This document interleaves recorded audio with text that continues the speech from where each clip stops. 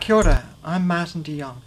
Today we're talking about some of the challenges facing an island nation, in particular Tonga in the South Pacific. We're fortunate to have with us today Sister Senalita Whakatā from Caritas Tonga.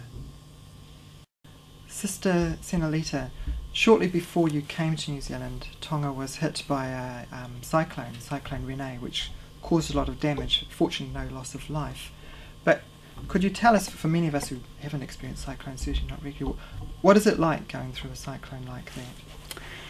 Thank you, Martin. Well, it's something that you really can't explain the experience of it, but I have lived through so many cyclones, and sometimes it gets into your system, you get used to it. But with Cyclone Rene, it was a terrible, and thank God it was only on a short time. It hit the main island in short time, but a lot of devastation on root crops, and most housetops, roofs were blown away. Right. It was a terrible experience. And what kind of role would Caritas Tonga play in either responding to or preparing people for a situation like that? Caritas Tonga have a committee in different districts, and they work to each Caritas Tonga committee in each districts look after their own districts. And in other words, they will assess, survey, and really see what is the immediate response they will give to the families around their areas. So Caritas Tonga works through their own committees in different districts. And last year, sadly, Tonga was affected by two particular tragedies where there was loss of life: the tsunami in September, and also, unfortunately, the sinking of the Princess Ashika. Can you tell us more about Caritas Tonga's involvement in those? Thank you, and I think I'd like to thank Caritas Aotearoa New Zealand for their quick response to help Caritas Tonga to be able to establish a trauma counselling team.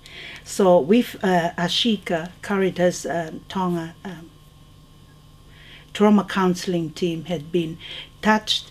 So many help the surviving crews and the families who lost their loved ones. They work so much, and it's still on. The counseling is continue on, which is it's devastated the whole country and families. And with the tsunami, yes, the trauma counseling team had responded straight away to the people of Niuatok-Tapu, and they even help out to the children who were affected by the tsunami.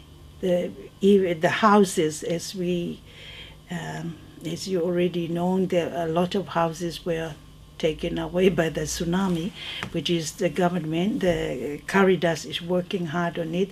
The government had been made an announcement: if people don't move to the located place they have been told to move, the government won't build any houses for them, which is where is Caritas stands, and where is Caritas Tonga stands.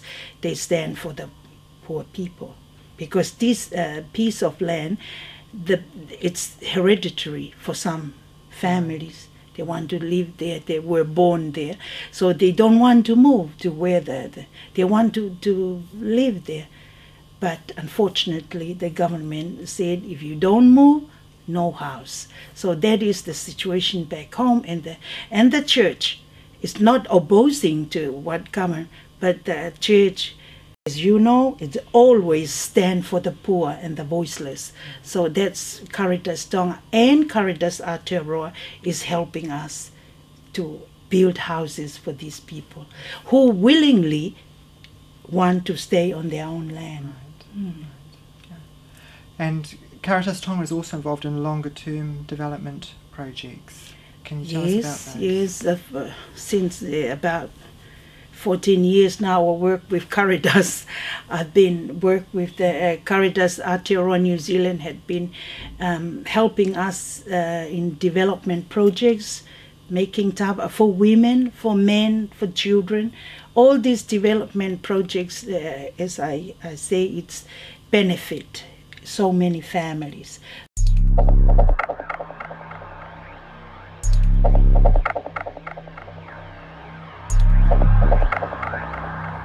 From Niua Toptapu to the main island.